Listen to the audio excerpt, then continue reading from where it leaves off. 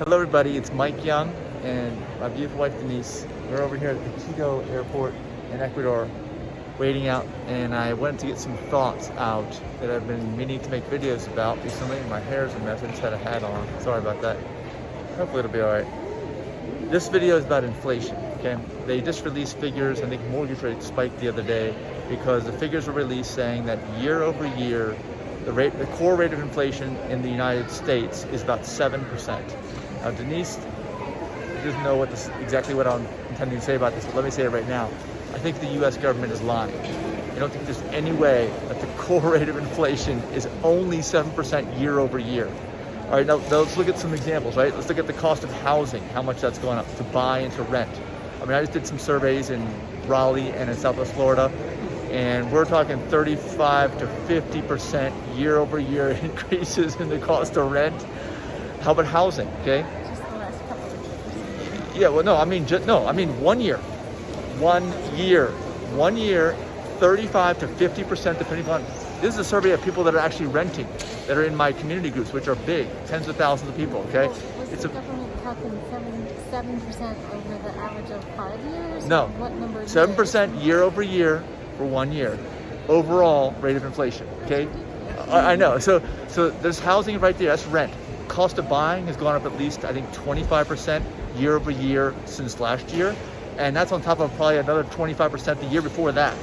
All right, I mean, it's just absolutely outrageous. Now, those are only those two things. How about the cost of building materials? That's skyrocketed, as we know, looking into building houses. There's no way that's just 7% year over year. How about the cost of cars?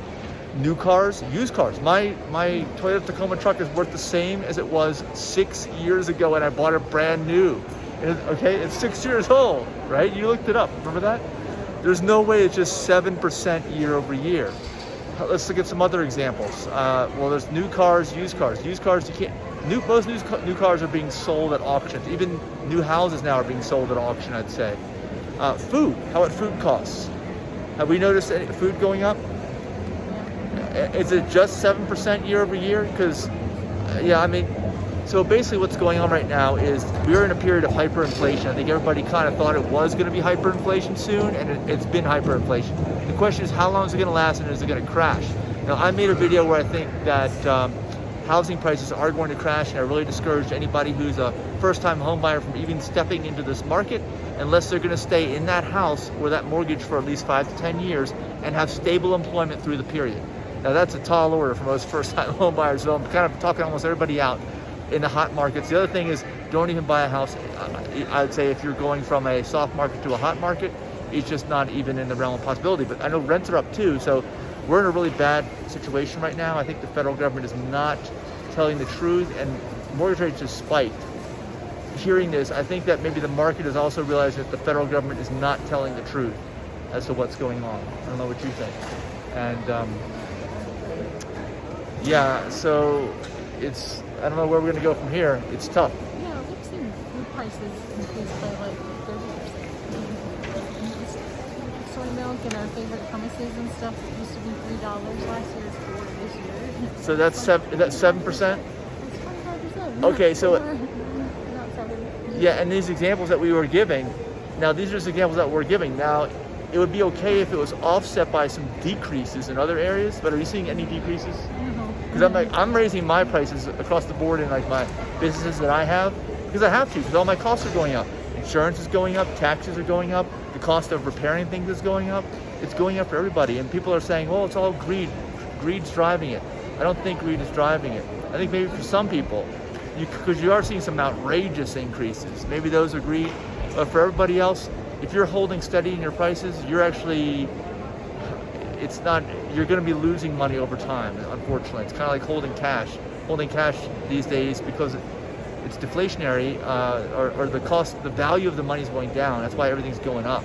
The inflation is happening because the value of the money is going down because the federal government has printed so much money and given so much away over the last couple of years. That's what's been happening, right? So it's ramped up the stock market prices too. It's ramped up the housing prices, cost of materials, cost of any kind of goods and services. Labor, we can't find enough people, right? You hear about shortages in employment still. People can't find enough people, which means that wages are also going up. And they're not going up to 7%. You know, I'm seeing offers for any job out there a minimum of $13 an hour, more like $15, $17 an hour is what I'm seeing, starting salaries for just about any job out there. Because you have to, you would never be able to pay these giant rent increases if you're just stepping into the rent market. So anyway, I'm a little bit concerned about that, I suppose. That's the main core of this video, is that the U.S. government, I don't think, is telling the truth about what's going on with the actual, what do you think the actual inflation number is year over year? I don't think it's 7. What do you think it is?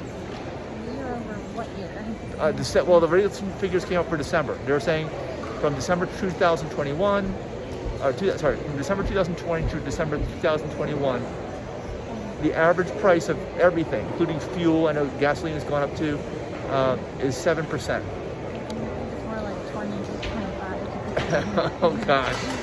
Yeah, I would tend to agree with that. So what do you think? Let us know in the comments down below. Airline tickets didn't go up that much. Well, that's supply and demand, right? Yeah, Most people aren't. people are traveling. That's right. But yeah, everything else. But I can't predict the future, but just a little video here to comment that I'm concerned that these price increases, these inflation figures are not accurate, and that's the point of this video. And like I said, if you agree or disagree, please comment below. Please give us a number. Just type a number in there, a percentage of what you think it went over year from December 2020 to December 2021. And we'd love to hear from you. That's it. Be sure to like the video too. Bye.